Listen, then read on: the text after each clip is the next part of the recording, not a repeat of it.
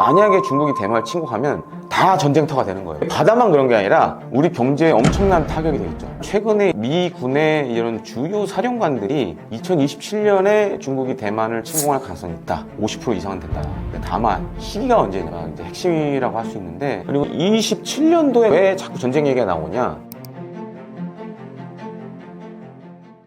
안녕하십니까, 김대영 군사평론가입니다. 지금은 군사평론가로서도 활동을 하고 있고, K-디펜스 뉴스라는 인터넷 뉴스의 발행인 겸 편집인으로 이렇게 또 일을 하고 있고, 최근에는 대영제국이라는 국방 및 방산 유튜브 채널도 개설을 해서 지금 진행을 하고 있습니다.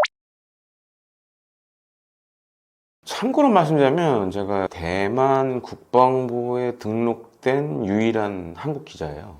2013년도부터 2019년까지 대만군의 가장 큰 군사연습인 한광연습을 한 5차례 이상 제가 취재를 했었고, 그 다음에 이제 대만 내에도 친한 국방부 출입 기자들도 있고, 그 다음에 이제 외교안보 연구하는 친구들도 있고 한데, 6개월 내에 침공할 가능성이 있다라는 보도는 좀 너무 오바인 것 같고, 다만 최근에 이제 미군의 이런 주요 사령관들이 또 한 번 언급을 했어요. 이제 4번째 언급인데, 2027년에 중국이 대만을 침공할 가능성이 있다. 얼마 전에도 이제 미 태평양 사령관이 또 그 얘기를 했거든요. 27년도 침공설을 다시 얘기를 했는데, 저도 사실 이제 대만과 중국을 이제 자주 왔다 갔다 하는데, 저는 개인적으로 봤을 때 중국이 대만을 침공할 가능성이 50% 이상은 된다. 근데 다만 시기가 언제냐 이제 핵심이라고 할 수 있는데, 지금 올해부터 시작해서 28년도까지 중국에 굉장히 중요한 행사들이 많아요. 그러니까 올해는 많은 분들이 탄핵 정국과 계엄 정국 때문에 지금 잘 모르고 계신데, 올해가 광복 80주년입니다. 그리고 제2차 세계대전 종전 80주년이고, 그리고 중국 같은 경우에는 그러니까 과거에 중일 전쟁이 있었죠. 그래서 항전 80주년. 그래서 아마 올해 베이징에서 대규모 열병식을 할 것 같아요. 그리고 이제 27년도에 그럼 왜 자꾸 전쟁 얘기가 나오냐? 그러니까 지금 현 시진핑 국가주석이 2017년인가 이제 중국 인민해방군 90주년 됐을 때 이런 얘기를 합니다. 2027년이 중국 인민해방군 창군 100주년이 되는 해거든요. 그때까지 세계적인 강군이 될 수 있는 준비를 맞춰라 라고 이제 명령을 했었죠. 그게 마무리되는 게 27년입니다. 그리고 28년은 사실 중요한 게 없고, 29년이 중화인민공화국이 탄생된 지 80주년이 되는 해예요.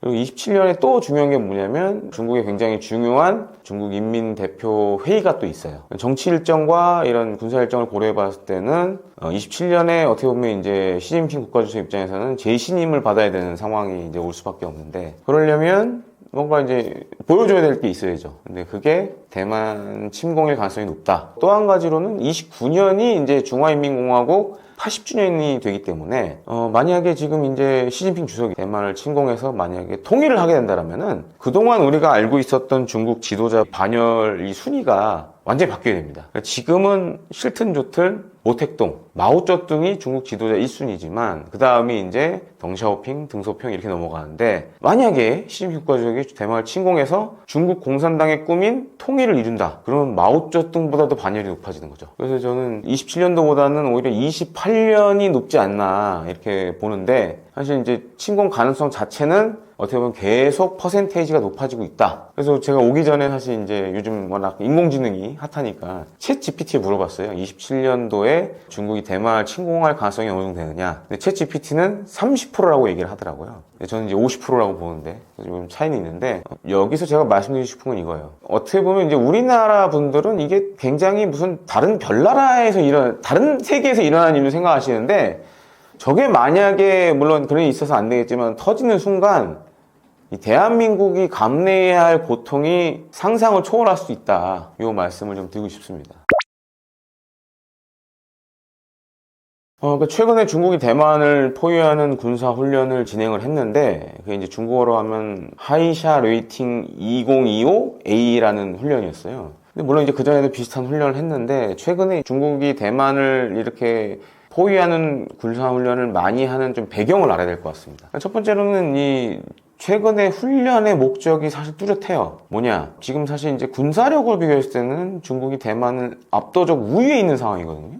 그러니까 그러한 군사적, 특히 이제 해공군력을 활용해서 유사시에 혹시 미국이 개입할 수도 있는데, 이걸 사전에 차단하겠다라는 목적이 분명하고, 또 한 가지로는 이제 뭐 이게 눈에 띄는 것들도 있지만 이런 각종 무기 체계를 동원하는 포위도 하지만, 지금 중국은 사실 대만을 대상으로 인지전이라는 걸 굉장히 많이 수행을 하고 있습니다. 인지전이 뭐냐면 막 가짜 정보도 흘리고 뭐 이런 것들을 많이 하고 있는데, 그리고 이제 막 대외적인 어떻게 보면 심리전 차원에서의 메시지도 내요. 그러니까 지금 이제 대만을 집권하고 있는 민진당에게 대만 독립과 관련된 거는 말도 꺼내지 마라, 꺼내는 순간 너네 죽는다, 막 이런 식의 메시지를 계속 보내고 있거든요. 그러니까 이제 제가 앞서도 설명을 드렸지만 최근에 하는 훈련은 약간 이제 대만 침공 전에 일종의 사전 준비적인 성격이 되게 강하다고 봐요. 그러니까 이제 대만 일대를 완전히 포위를 하고 유사시에 미국이 개입할 수 있는 부분을 차단하겠다 메시지가 분명하게 보이고 있어서 이게 좀 심상치 않다. 그리고 과거에는 이제 예를 들어서 1995년에도 제3차 양안 위기가 있었는데, 이때는 막 상륙 훈련도 하고 막 대만 정말 내일 쳐들어갈 것 같이럼 막 이렇게 그런 상황까지 끌고 갔는데, 최근에는 대만 본섬에 대한 상륙 훈련보다는 오히려 포위 위주의 훈련을 많이 하고 있어요. 그러니까 이제 이게 어떻게 보면은 이제 분석을 두 갈래로 할 수 있는데, 우리가 굳이 전쟁을 안 하더라도 너희를 포위해서 굶어 죽게 만들 수 있다. 혹은 우리가 이렇게 포위를 한 다음에 우리가 쳐들어갈 수도 있다. 이렇게 두 가지 메시지를 지금 계속 주고 있는 걸로 이렇게 생각이 됩니다.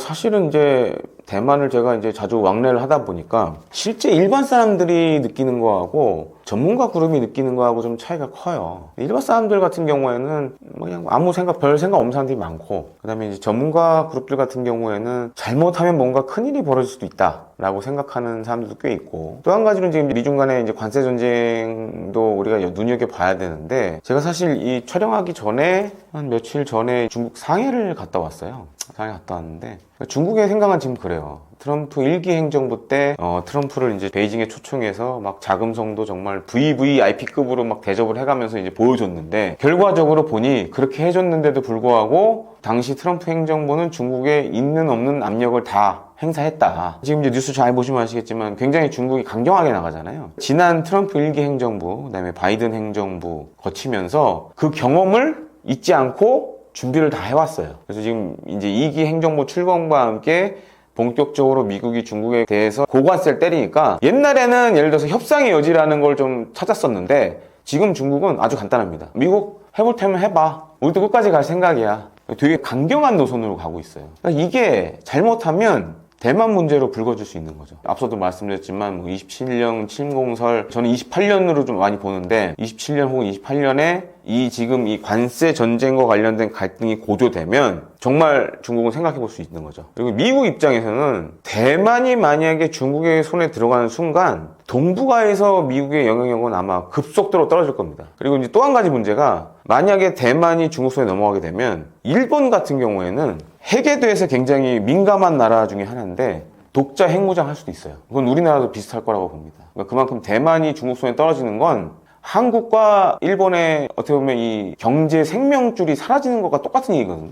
미국의 입장에서는 대만을 절대 포기할 수 없죠.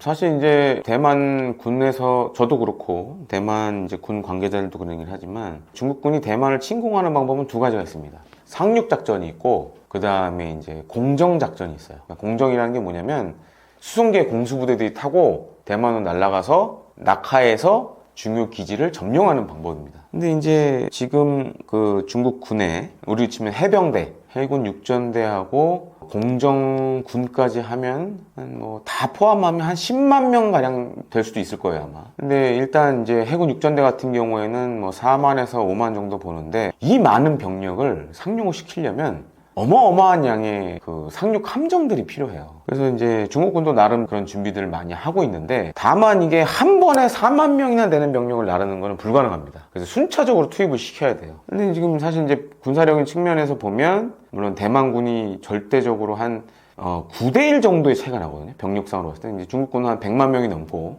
대만군 같은 경우에는 한 10만 명 정도 되는데, 특히 지상군 같은 경우에는 그러면은 한 뭐 9대1, 10대1 정도의 차이가 나는데, 근데 문제는 이제 대만은 섬나라잖아요. 바다가 있고, 그러다 보니까 중국군 입장에서는 한 번에 많은 병력을 대만에 이렇게 보내기가 어려워요. 저도 실제 훈련 가서 훈련하는 거 보면 가서 직접 보기도 했지만 나름 대만군이 준비도 잘 돼 있고, 그런 측면에서 만약에 중국군이 대만을 침공한다 그러면 제가 봤을 때 한 투입되는 병력의 최대 절반 혹은 3분의 1은 대만 해협에서 다 사라지지 않을까. 사실 이제 병력이나 무기 측면에서는 중국군이 지금 압도적으로 앞서고 있지만 대만의 이제 가장 큰 방어막은 바다예요. 대만 해협. 그래서 대만 해협이 뭐 짧은 곳은 한 100km, 긴 곳은 한 200km 정도 되는데 이거와 관련돼서 대만군은 그동안 준비를 오랫동안 해왔어요. 저도 이제 실제로 연습이나 가서 보면은 놀라는 부분도 굉장히 많은데, 제 예상으로는 만약에 중국군이 쳐들어간다 그래도 대만 해협을 건너다가 많게는 절반, 뭐 적게는 한 3분의 1 정도는 대만 해협을 건너오다 사라지지 않을까, 그런 문제가 있어서 사실 뭐 방어적인 입장에서 봤을 때는 대만은 사실 천의 유세예요. 일단 앞에 이 바다가 있기 때문에 그런 측면에서는, 방어적인 측면에서는 아직도 대만이 유효하다, 유리한 점이 많다라고 말씀드리고 싶습니다. 그 많은 분들이 사실 간과하는 부분이 이겁니다. 그러니까 일단 중국의 대만 침공 가능성도 굉장히 우리는 낮게 보고 있고, 또 한 가지로는 만약에 그런 일이 벌어졌을 때 우리나라에는 무슨 영향이 미칠까 생각하고 연구하시는 분들이 거의 없어요. 저는 그런 부분에 이제 관심을 오래전부터 많이 갖고 생각했었는데, 가장 큰 문제가 이겁니다.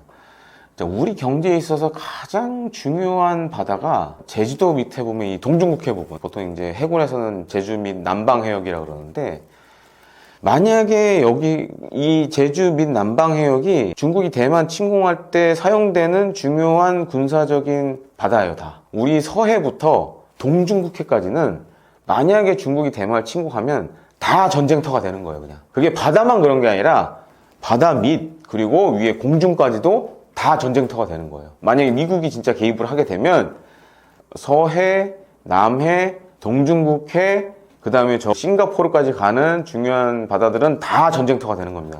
마비가 되는 거예요. 그럼 당장 어떤 일이 생길까요? 우리 원유 수입 대부분 중동에서 하죠. 대부분 이제 싱가포르 통해서 이렇게 해가지고 남중국해, 동중국해 통해서 다 들어옵니다. 이거부터 문제가 생기겠죠, 전쟁이 나면. 그 다음에 이제 하늘길도 다 막히죠.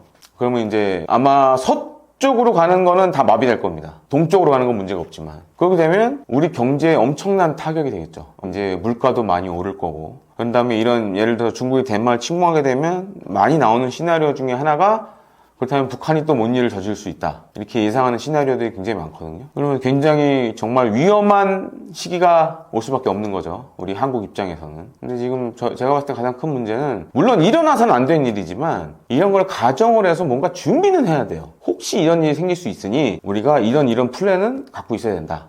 근데 사실은 제가 이렇게 알아보면 그런 플랜조차도 없어요, 우리나라는. 굉장히 뭐 일어나서는 안 되지만 만약에 일어나면 굉장히 심각한 타격을 받을 수도 있다, 우리나라가. 물론 우리나라 같은 경우에는 어떤 일이 닥치면 또 재빠르게 해결하는 능력이 있지만, 과연 그런 일이 생겼을 때 잘해낼 수 있을까? 라는 좀 걱정이 크죠.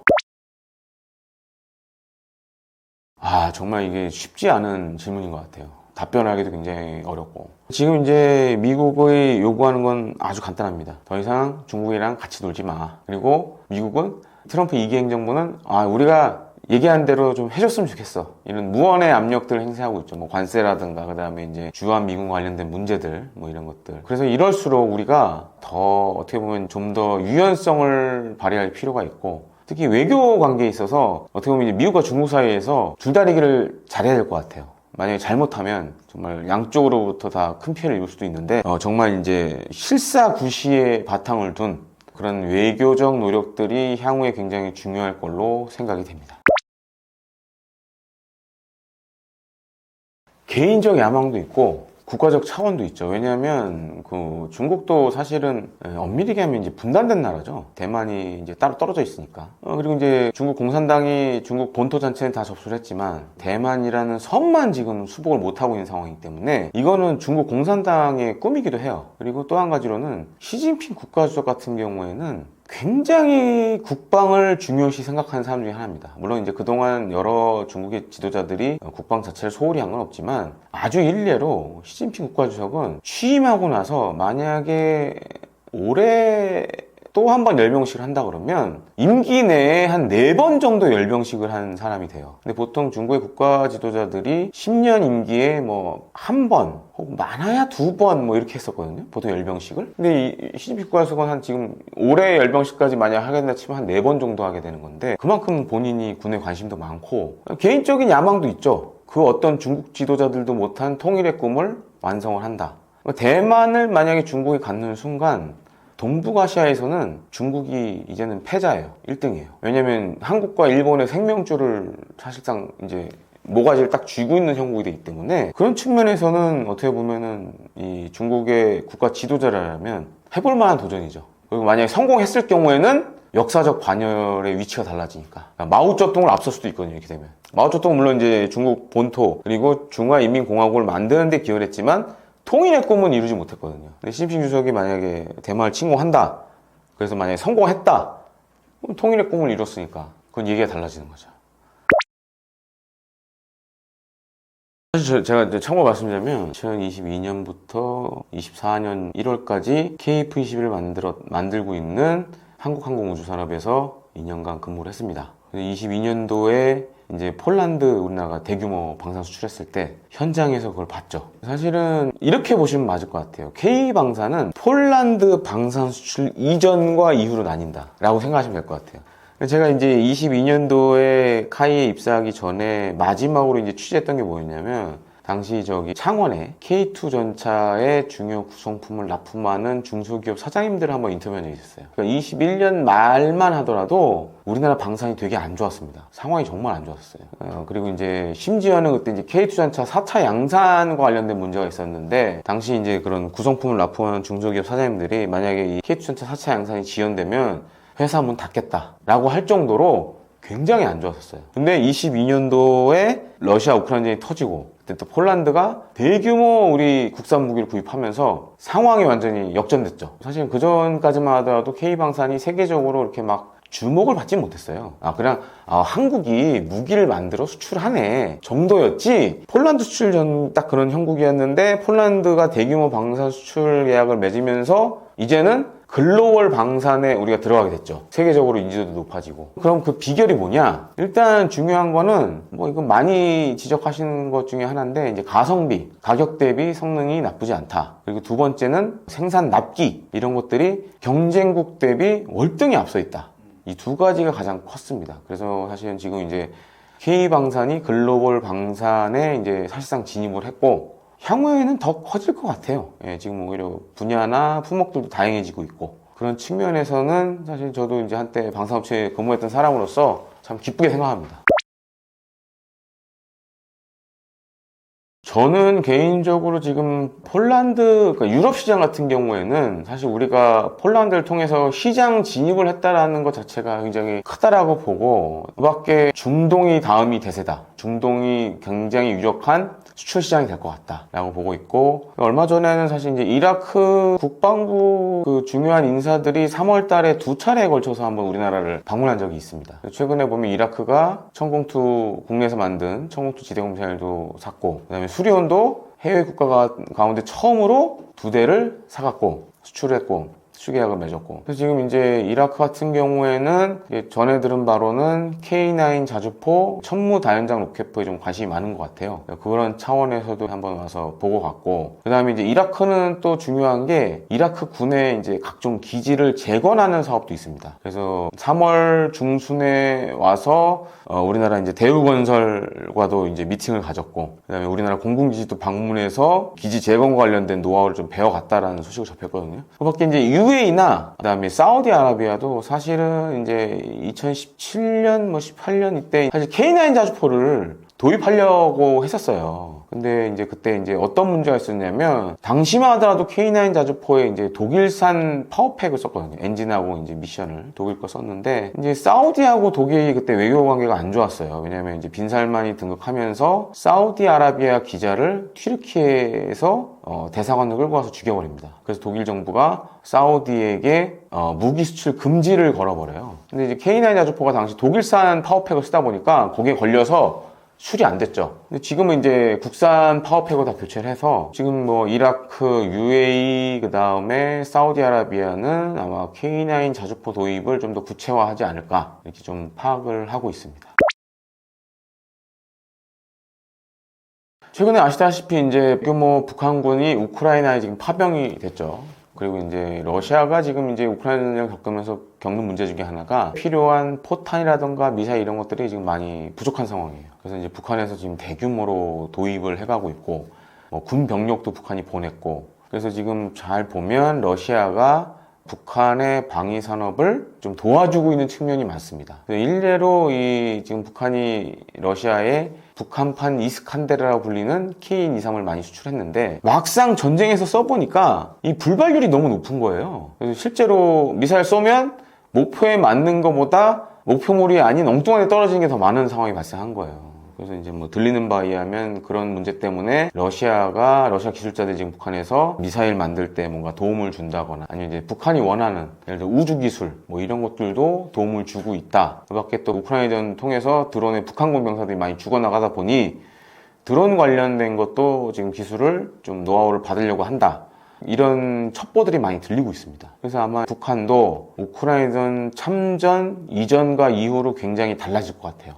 지금 이제 걱정이 되는 것 중에 하나가 러시아가 이제 러우 전쟁을 통해서 드론 기술이 많이 좋아졌거든요. 이런 기술들이 북한에 전수될 경우 또 유사시에는 우리한테 위협이 될 수도 있고, 그래서 그런 점들이 향후에 좀 우려가 되는 상황이라고 말씀을 드리고 싶습니다. 제가 봤을 때는 향후 짧으면 5년, 길면 10년은 굉장히 호황을 누릴 것 같아요. 이제 2022년도에 폴란드 대규모 방산 수출했고, 아마 올해 이제 중동 계약 관련된 얘기들이 또 계속적으로 나올 것 같고, 그 다음에 지금 시장을 사실 이제 점점점 확대하고 있는데, 최근에 남미도 떠오르는 시장 중에 하나고, 그 밖에 이제 지금 미국 같은 경우에는 조선 산업이 이제 붕괴하다시피 된 상황이니까, 우리 이 K 군함의 손길을 많이 필요로 하고 있어요. 미 해군 함정들의 유지보수 관리, MRO 관련된 것도 지금 우리나라에 많이 주려고 하고 있고, 심지어는 그 군함 건조 관련된 것도 지금 좀 한국 기업들이 미국에 들어와서 좀 했으면 좋겠다, 이런 얘기들을 많이 하고 있는데, 이렇게 따져보면 앞으로 짧으면 5년, 길면 10년은 나쁘지 않을 것 같다. 그리고 더 중요한 거는 과거에는 사실 이제 방위 산업이 우리나라 경제에 그렇게 큰 이바지를 하지 못했어요. 근데 지금 아시다시피 우리나라 경제 상황이 안 좋아지는데 반면에 방위 산업은 굉장히 좋아지고 있죠. 어떻게 보면 이제 우리나라의 신성장 동력이 돼가고 있는데, 물론 이제 숙제도 있습니다. 그동안 사실 어떻게 보면 내수 시장 위주로 많이 발전했는데, 지금 이제 한 가지 예가 하나 에어로스페이스 같은 경우에는 지금 대규모 해외 투자를 하려고 그래요. 더 이상 내수 시장을 보고 가기에는 우리 방산이 이제는 더 큰 시장으로 나가야 된다라는 생각을 많이 하고 있고, 그에 맞춰서 우리나라 방산업체들이 그럼 어떻게 해외로 나갈 것이냐. 그리고 방위산업은 어느 나라든 마찬가지예요. 국가 전략 산업이고 현지화를 동반하는 그런 산업입니다. 그렇기 때문에 K방산이 향후 성장을 계속 하려면 글로벌화, 그 다음에 현지화가 이제는 중요한 관건이 되고 있다라고 말씀을 드리고 싶습니다. 지금 이제 우리나라를 대표하는 K방산 무기를 꼽으라 그러면 일단 K9 자주포, K2 전차, 그 다음에 이제 제가 일했던 카이에서 만든 FA50, 그 다음에 뭐 KF21 이런 것들이 꼽히고 있는데, K9 자주포는 미국의 동맹국 기준으로 하면 지금 베스트셀러 자주포가 됐어요. 일단 기본적으로 우리 군이 1000문 이상 운용하고 있고, 향후에 제가 봤을 때는 한 2000문 해외 수출하는 것까지 고려하면 2000문까지도 가능하지 않을까. 그 다음에 이제 이 궤도, 이 캐터필트로 돌아가는 이 자주포 가운데서는 사실상 이제 넘버원입니다. 그리고 K2 전차 같은 경우에는 사실 이제 처음으로 이제 폴란드 수출하면서 유럽 시장에 진입을 했고, 또 한 가지로는 이제 루마니아라든지 동유럽 국가들도 관심이 많아요. 지금 많고, KF21은 사실 이제 유튜브 상에선 조회수는 잘 나오는데 제가 봤을 때는 아직은 좀 수출을 얘기하기에는 너무 이른 것 같고, 기본적으로 이제 과거 국산 항공기들 수출했던 거 보면 TO10 같은 경우에도 TO10이 공군에 이제 배치되고 나서 5년 뒤에 처음 수출됐거든요. 그렇게 계산해 보면 빠르면 이제 2026년부터 아마 이 KF-22 전투기가 공군에 납품이 되는데, 그렇게 계산해 보면 빠르면 2020년 말 혹은 2030년 초반이 돼야 이제 좀 팔리지 않을까. 보통 이제 해외 구매국들 같은 경우에는 만들어졌다고 해서 바로 사는 게 아니라, 예를 들어서 우리 공군에서 쓰는 걸 보고 잘 쓰고 있네. 뭐 예를 들어서 운용 유지 비용이 얼마 나오네. 그다음에 이런 전술적인 용도로 쓸 수가 있구나. 이런 걸 확인하고 나서 사요. 그렇게 계산하면 한 5, 6년 걸려요. 공군에 배치된 이후에도. 따지면은 2020년 말 빨라야, 늦으면 2030년 초라고 봐야 될 것 같고, 일단 KF-21 전투기는 그러니까 현존하는 4.5세대 전투기 가운데서는 가장 최신 전투기고, 물론 경쟁 기종으로 프랑스 라팔이나 유로파이터 타이푼이 있지만 이들 전투기보다는 그래도 가장 최신 모델인 게 강점으로 꼽히죠.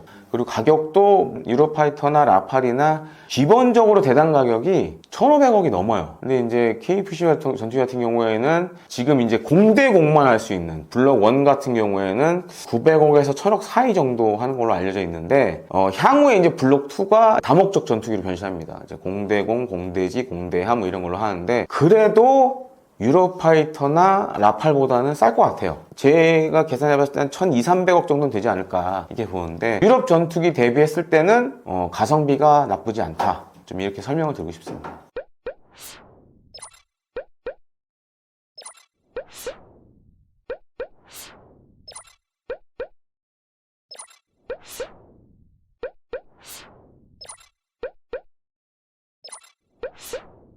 미국 워싱턴 일각에서는 그런 얘기도 해요. 한국이 오히려 핵 개발을 하는 게 미국한테 도움이 될 수도 있다. 근데 미국 입장에서도 이 관세가 커지게 되면 일단 고통받는 건 미국입니다. 물가가 많이 오르겠죠. 지금 관세 협상이나 방위비 분담금 이런 문제들이 아마 다음 정부에서 굉장히 크게 이슈가 될 것 같은데, 방위비 분담금 문제는 의외로 쉽게 해결될 수도 있겠다. 저는 개인적으로 볼 때 감축보다는 이게 더 중요하다고 생각해요. 다음 정부가 겪게 될 문제 중에 하나가,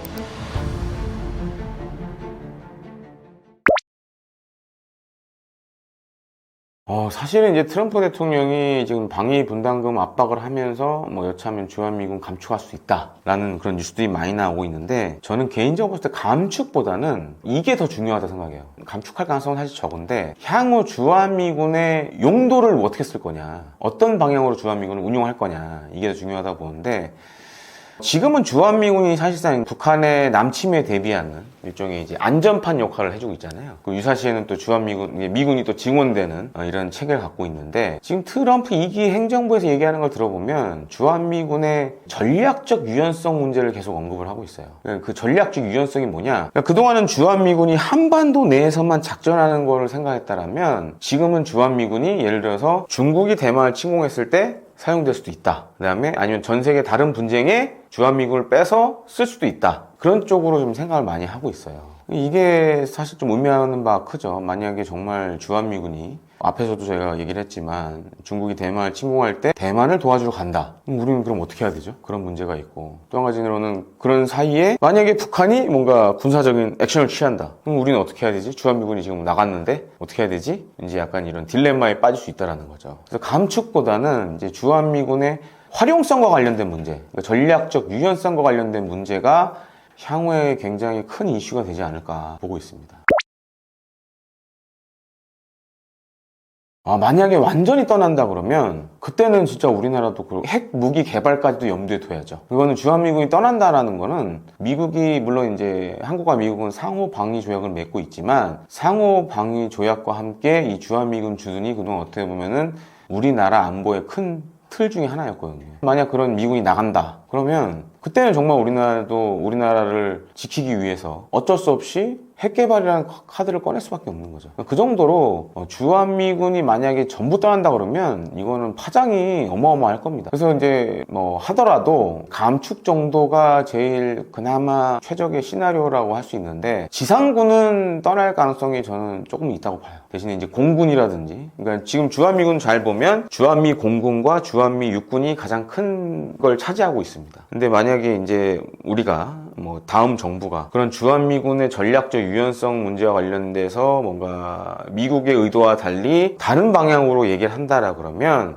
어쩌면 이 트럼프 2기 행정부는 주한미군 감축 카드도 꺼낼 수 있을 거라고 저는 보고 있습니다.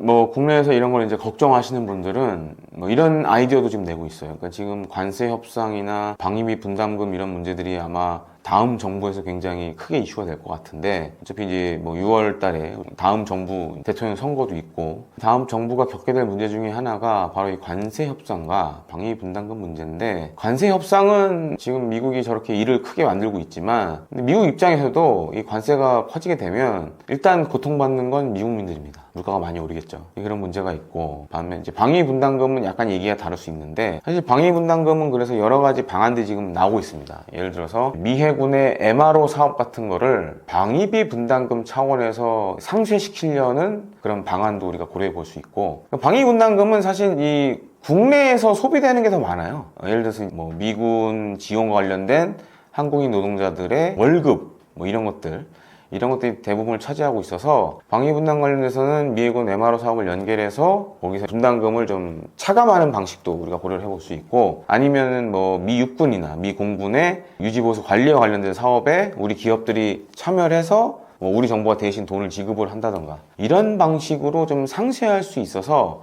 방위 분담금 문제는 의외로 쉽게 해결될 수도 있겠다라고 좀 생각하고 있습니다. 어느 쪽이 되는 건 크게 중요하지 않은 것 같아요. 중요하지 않고, 다만 이제 새 정부가 부딪힐 난관이 굉장히 많다 지금.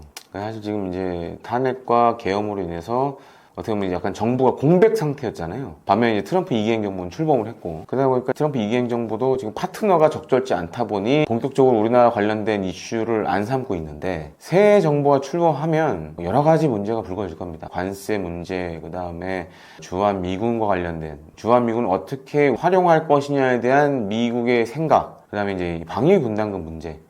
근데 트럼프 1기 행정부 때도 사실 방위 분담금 압박이 있었죠. 근데 그때도 보면 이게 트럼프 대통령의 특유의 이제 전략과 전술이라고 할 수 있는데, 일단 높게 부르고 봐요. 일단 높게 부르고 보고, 그렇다고 해서 우리 정부가 그걸 다 맞춰준 건 아니었어요. 1기 행정부 때도 보면 적정 수준 올려주고, 대신에 트럼프가 생색이 날 수 있게끔 약간 이제 환경을 마련해 줬죠. 2기 때도 아마 비슷하게 가지 않을까 그렇게 보고 있고, 다만 거듭 말씀드리는 거지만 지금 트럼프 2기 행정부는 주한미군의 전략적 유연성을 굉장히 중요시하고 있기 때문에, 과연 이제 새로운 정부가 이거에 약간 이제 반대를 한다든가 이러면 여차하면은 병력을 뺄 수도 있어요. 빼고 다른 데로 재배치하겠다 이런 얘기를 꺼낼 수 있을 정도로 지금 주한미군의 전략적 유연성 문제를 굉장히 심각하게 보고 있기 때문에, 그에 맞춰서 우리 새 정부가 어떻게 대응하냐가 굉장히 중요하다고 할 수 있습니다. 이렇게 되면 잘못하면 미국의 대중국 압박 정책에 어쩌면 우리가 적극적으로 동참해야 될 수도 있어요. 그러면 또 한중간에 좀 외교적 마찰이 발생할 수도 있고,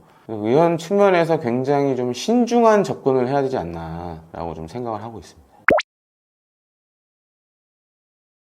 사실 이 동북아 국가, 특히 우리나라와 일본 같은 경우에는 이 미군에 의지하는 부분이 굉장히 크죠. 그리고 유사시 우리나라 같은 경우에는 뭐 이제 미군의 지원에서 싸우는 그런 작전 계획들을 다 갖고 있는데, 만약에 그런 주한 미군이 없다 그러면 동북아시아 전체의 외교 안보 균형이 다 무너지게 되는 거죠. 이제 일례로 대만 같은 경우에도 지금 기대를 하는 건 그거예요. 중국이 대만을 침공했을 때 미군이 개입하는 거를 걔도 이제 시나리오를 상정하고 있는데, 만약 미국이 개입을 안 한다라는 메시지가 계속 나오면 대만도 그러면 이제 자체 안보를 위해서 핵 개발을 해야겠죠. 그건 우리나라도 마찬가지고 일본도 마찬가지고, 그렇게 되면 동북아시아에 어떻게 보면 핵 도미노가 연쇄적으로 발생하는 거죠. 그래서 미국 이제 워싱턴 조야의 일각에서는 그런 얘기도 해요.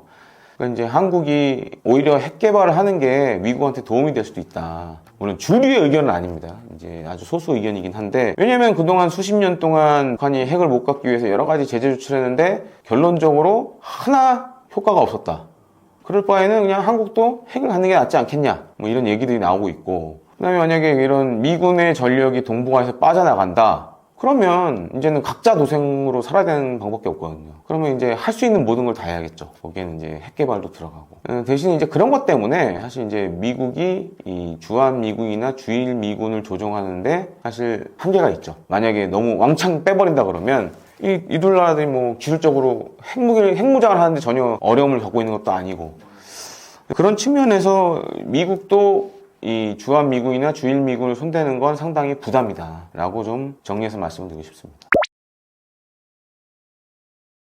사실 지금 이제 우리나라 같은 경우에는 6월에 선거를 통해서 새로운 대통령이 선출될 거고, 그다음에 새 정부가 들어설 겁니다. 근데 지금 우리 앞에 처해져 있는 현실이 그렇게 녹록하지만은 않습니다. 첫 번째로는 사실 경제도 안 좋고, 또 한 가지로는 트럼프 2기 행정부는 뭐 아시다시피 관세 전쟁이라든지, 그 다음에 이런 주한미군의 방위비 분담금이라든지 여러 가지 우리가 좀 힘들어할 만한 제안들을 많이 할 것 같아요. 그래서 보시는 구독자분들은 정말 이 격동적으로 움직이는 이 국제 정세의 변화를 잘 읽으셔야 될 것 같고, 시간이 되실 때마다 이 국제면이라든지 세계면을 뉴스를 좀 많이 보시는 게 이 생활에 많이 도움이 되지 않을까 이렇게 생각을 하고요. 떠먹여주는 TV 구독과 좋아요 알림 설정 꼭 해주시고요. 그 다음에 제가 운영하는 대형 제국도 시간 되시면 한 번씩 방문해 주시면 합니다. 고맙습니다. 아마 이제 구독자분들 가운데 군대를 다녀오신 분들이 저는 꽤 있을 거라고 생각을 합니다. 그래서 이제 저도 이제 군대를 99년도에 갔다가 2001년에 병으로 전역을 했는데, 군생활 하다 보면 이제 훈련을 많이 하게 되죠. 근데 훈련 때 보면 이제 사용되는 몇 가지 단어가 있어요. 그 중에 하나가 이제 데프콘이라는 단어인데, 보통 이제 방어 준비 태세 뭐 이런 식으로 한국어로 번역을 하게 됩니다. 그래서 뭐 보통 이제 군대에서 훈련할 때 뭐 데프콘 3, 데프콘 2, 그다음에 데프콘 1까지 이렇게 올라가게 되는데, 뉴스에서 사실 이 데프콘이라는 단어를 보기는 힘들어요. 제가 이제 2017년 그리고 16년, 15년에도 그 북한과의 막 전쟁 위기설이 굉장히 많이 있었던 시기로 기억이 되는데, 사실 뉴스에서 데프콘이라는 숫자가 나오면 그때는 정말 긴장하셔야 될 수도 있어요. 기본적으로 지금 평시 같은 경우에는 데프콘 4를 유지를 하고 있고, 거기에 더해서 만약에 북한이 뭔가 군사 도발적인 징후들이 막 보이기 시작한다 그러면 데프콘 3로 이제 넘어가고, 데프콘 2가 되면 사실상 이제 전쟁이 코앞에 닥쳤다라고 봐야 되거든요. 그리고 이 데프콘 외에 우리가 좀 이제 주의 깊게 봐야 될 게 이제 와치콘이 있습니다. 이제 한미연합사령부가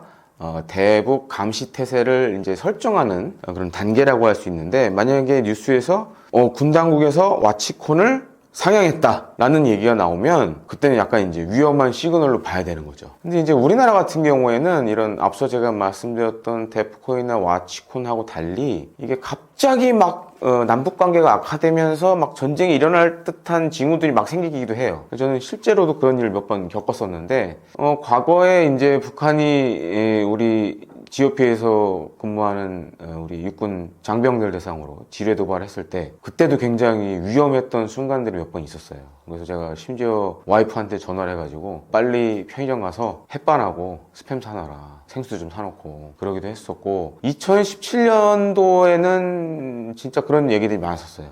정말 미국이 북한을 때리려고 한다, 그런 소문들이 정말 많았고, 그때도 제가 한번 전화를 집에 또 했었고, 2017년 하반기에 미국의 항공모함 세척이 이제 동해로 진입한 적이 있었거든요. 그래서 그때 이제 많은 이제 전역 예비역 뭐 장성분들이나 전에 과거 한미연합사에서 근무를 하셨던 분들이, 야, 저거 좀 심상치 않다. 왜냐면 기본적으로 미국은 어느 나라와 전쟁을 하기 전에 항공모함 세척을 꼭 보내요. 그러니까 제해권과 제공권 장악을 위해서 전쟁의 사전 준비 단계로 항공모함 세척을 보내는 게 아주 기본적인 일이에요. 2017년 하반기에 갑자기 항공모함 세척이 동해에 들어오니까 이러다 진짜 전쟁 나는 거 아니냐라는 얘기들도 있었고, 그 다음에 이제 그때 이제 문재인 정부 당시였는데, 그래서 제3국에서 당시 이제 북측 인사들하고 이제 남북 관계 개선을 위한 이제 접촉들을 많이 했었어요. 이것도 약간 비하인드 스토리 중 하나인데, 당시에 북한 사람들도 야, 이거 위험하다 라고 좀 생각을 했었고, 그래서 심지어 그때 이제 우리 남측 관계자들하고 이렇게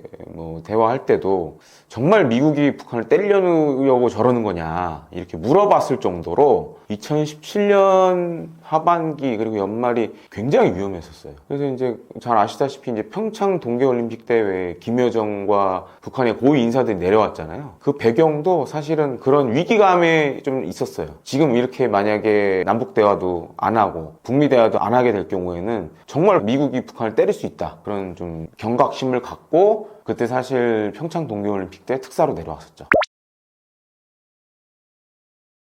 사실은 이제 아시다시피 서울은 거의 이제 주거하는 사람이 1000만 명이 거의 넘죠. 뭐 수도권 포함하고 그러면 더 많을 텐데, 보통 이런 1000만 명이 넘게 사는 도시를 메가시티라고 합니다.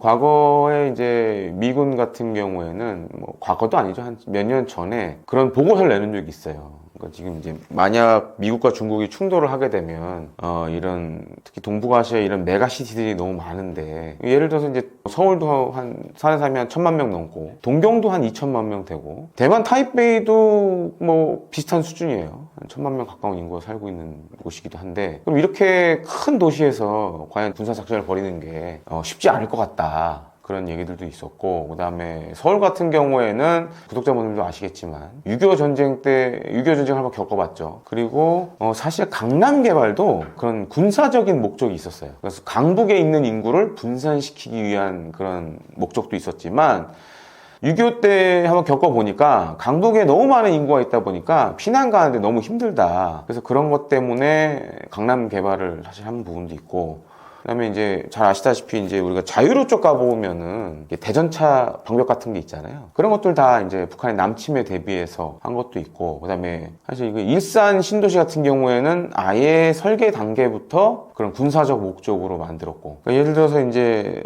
파주 문산에서 만약에 북한군이 이렇게 내려온다. 그러면 여기 지금 뭐 문산 이쪽 개성 문산 축선 같은 경우에는 우리 육군의 핵심 전략들이 거의 다 있습니다. 그래서 이 내려오는 길을 막기 위한 준비를 다 하고 있거든요. 그럼 이제 북한 입장에서 어디론가 이제 우회를 해야 되는데 우회하면 딱 걸리는 게 일산이에요. 그래서 일산에 예를 들어서 이제 도시 만들 때부터 중요 교차 지점 같은 경우에는 유사시에는 이렇게 약간 토치카로 쓸 수 있게도 이렇게 설계를 해놨고 분당도 사실 비슷해요. 분당도 저도 이제 뭐 분당에서 오래 살았지만 살면서 느꼈던 게 뭐냐면 분당도 유사시에는 일산처럼 쓸 수 있겠구나. 왜냐면은 서울에서 이제 어떻게 보면 이제 다른 지방으로 빠져나가는 그 경부 고속도로가 옆에 있잖아요. 그렇기 때문에 이제 중요 어떻게 보면 군사적 축선 중에 한 군데 있기 때문에 분당도 사실 좀 그런 목적이 저는 있다고 좀 보고 있습니다. 그리고 군사 작전하기 굉장히 어려운 도시 중에 하나고, 그다음에 이제 과거에 북한이 이제 서울 불바다 발언한 적 있잖아요. 근데 저도 이제 뭐 세계 여러 나라를 돌아다 보니까 사실 이제 우리나라 건물 같은 경우에는 몇 가지 특징이 있어요. 예를 들어서 일본을 가보시면 도쿄 이런 데 가보시면 물론 내진 설계 이런 건 잘 돼 있지만 이 건물에 잘 보시면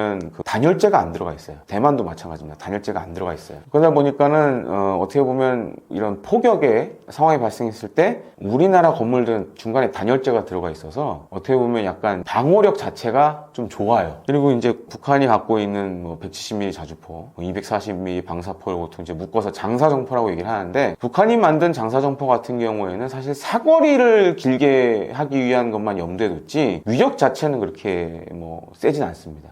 물론 이제 이 만약에 포탄이 서울이나 수도권에 떨어지게 되면 사실 이제 물론 이제 인명 피해도 발생할 수밖에 없지만 더 사실 무서운 거는 많은 사람들이 패닉에 빠지게 되면 그때는 더 큰 이제 문제가 생길 수밖에 없거든요.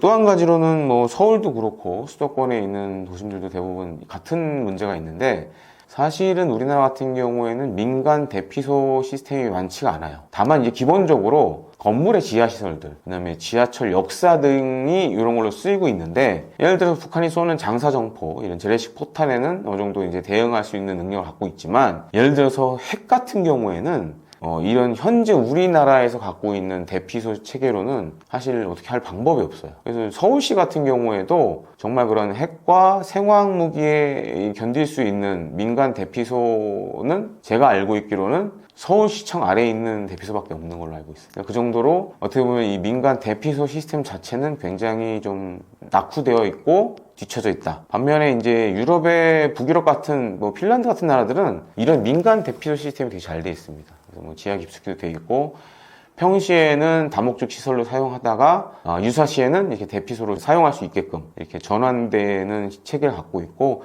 뭐 이제 많은 분들이 아실 거예요. 스위스도 사실 그런 여러 가지 대피소 체계를 갖고 있습니다. 반면에 우리나라는 좀 이런 부분이 굉장히 취약한 상황이죠. 사실 이제 지난해 국군의 날 행사 때 처음 현무5가 등장을 했었죠. 사실 저도 그때 국군의 날 당시 이제 그 나온 이동식 발사대와 이런 것들 보면서 사실 깜짝 놀랐는데 현무5가 이 대략 이제 짐작해본 길이로만 봤을 때는 현재 그 미국이 갖고 있는 대륙간 탄도미사일 미니트맨 3하고 거의 크기가 비슷해요. 사실은 미사일의 크기로만 봤을 때는 거의 대륙간 탄도미사일급이다 라고 말씀을 드리고 싶고 이제 일각에서는 뭐 한 발로 평양을 초토화시킨다 뭐 이런 얘기는 하는데 그건 약간 좀 과장이 섞인 얘기고 현무5는 사실 재래식 탄두를 갖고 있는 탄도미사일입니다. 근데 이제 추정키로는 열압력탄을 사용하는 것 같아요. 열압력탄이 뭐냐면 폭발했을 경우에 상당한 폭발량과 함께 열과 압력이 동시에 발생을 합니다. 그래서 국가연에 나오신 분이 이제 설명하기로는 여러 발의 현무5를 만약에 평양에 쏘게 되면 평양 시내가 초토화될 수 있다라고 이렇게 얘기를 하는데 틀린 얘기는 아닌 것 같아요. 작년 10월에 나왔던 현무5는 이제 어떤 분들은 벙커버스터, 지하 관통 기능이 있다고 하는데 제가 확인해 본 바로는 아직 그런 기능은 없는 것 같고 향후에 나올 현무5 -2, -3 이런 게 지금 계속 준비를 하고 있거든요. 차후 개량형에는 정말 이 지하 깊숙한 곳까지 관통을 시킬 수 있는 그런 능력을 갖출 걸로 이렇게 알려져 있고요. 다만 이제 이번에 공개됐던 거는 왜냐면 이제 지하 시설물을 공격을 하려면 지상에 있는 건물들을 없애야 됩니다. 그래서 이제 그런 목적으로 개발을 했다라고 제가 취재를 해보니까 좀 이제 파악이 그렇게 되고 있고 추후에는 아마 이제 지하 깊숙이 있는 북한의 중요 시설물을 타격할 수 있는 그런 기능도 갖출 것으로 지금 예상이 되고 있습니다. 사실은 이게 굉장히 생각하고 싶지 않은 시나리오 중에 하나인데 근데 그나마 우리나라가 다른 나라에 비해서 좀 장점으로 꼽히는 것 중에 하나가 구독자분들 중에도 많이 이제 아실 겁니다. 우리나라 같은 경우 특히 서울 시내 같은 경우에는 이런 초고층 빌딩에 방공 포대들이 다 있어요. 20mm 벌컨이라던가 그 다음에 이제 우리나라에서 만든 신궁, 미스트랄 이런 것들이 사실 이제 중요한 지점 건물 옥상에는 기본적으로 다 배치가 돼 있고 그 다음에 서울은 잘 보시면은 이렇게 산으로 둘러싸여 있잖아요. 그래서 중요한 산 정상에는 사실 대부분 방공포대들이 있습니다. 근데 이제 드론 같은 경우에는 사실 이제 크기가 작기 때문에 레이더에 잘 안 잡혀요. 레이더에 잡히더라도 굉장히 가까운 거리에 와야지만 잡을 수가 있어요. 그래서 이제 그런 단점들이 있는데 그나마 이제 다행인 건 우리는 다른 나라들에 비해서 그런 이제 방공 진지들을 서울 시내에 다 있고 그리고 이제 육안으로 이제 만약에 파악이 된다 그러면 요격할 수 있는 그런 체계를 갖고 있는데 1000기 정도 날라오면 사실 이 1000기의 드론 중에 대부분은 목표가 아마 이런 방공 시설일 겁니다. 그러면 이런 드론들에 의해서 만약에 방공 시설이 공격을 당하면 방어 체계가 다 무너지는 거죠. 그렇기 때문에 막기 좀 되게 어려울 것 같다라고 좀 말씀을 드리고 싶습니다. 이것도 정말 상상하기 싫은 시나리오 중 하나인데 실제로 북한의 특수작전군이 과거에 그런 청와대를 모형으로 만들어 놓고 점령하는 훈련들을 보여주긴 했어요. 가장 중요한 건 특수부대들이 그러려면 청와대까지 와야겠죠? 그럼 어떻게 와야 되느냐가 이제 가장 큰 고민인데 그래서 이제 북한이 많이 가지고 있는 것 중에 하나가 이제 AN2라는 그런 수송기를 많이 갖고 있습니다. AN2는 대부분 재질들이 목재류로 돼 있어요. 나무로 만들어져 있는 부분이 굉장히 많습니다. 그래서 레이더에 잘 안 잡힌다는 얘기도 하는데 근데 제가 이제 확실히 말씀드리자면 우리 군이 갖고 있는 레이더로는 AN2 잡는데 문제가 하나도 없습니다. 저는 심지어 이제 그런 것도 본 적이 있는데 그렇기 때문에 중요한 거는 특수부대가 내려오면 AN2나 이런 걸 타고 내려와야 되는데 내려오기 전에 이미 다 우리 군은 파악을 할 수 있다. 그리고 거기에 맞춰서 다양한 요격 수단들을 갖고 있기 때문에 청와대에 북한군 깃발이 꽂힐 가능성은 제가 봤을 때는 굉장히 희박해 보인다 라고 좀 정리를 하고 싶습니다.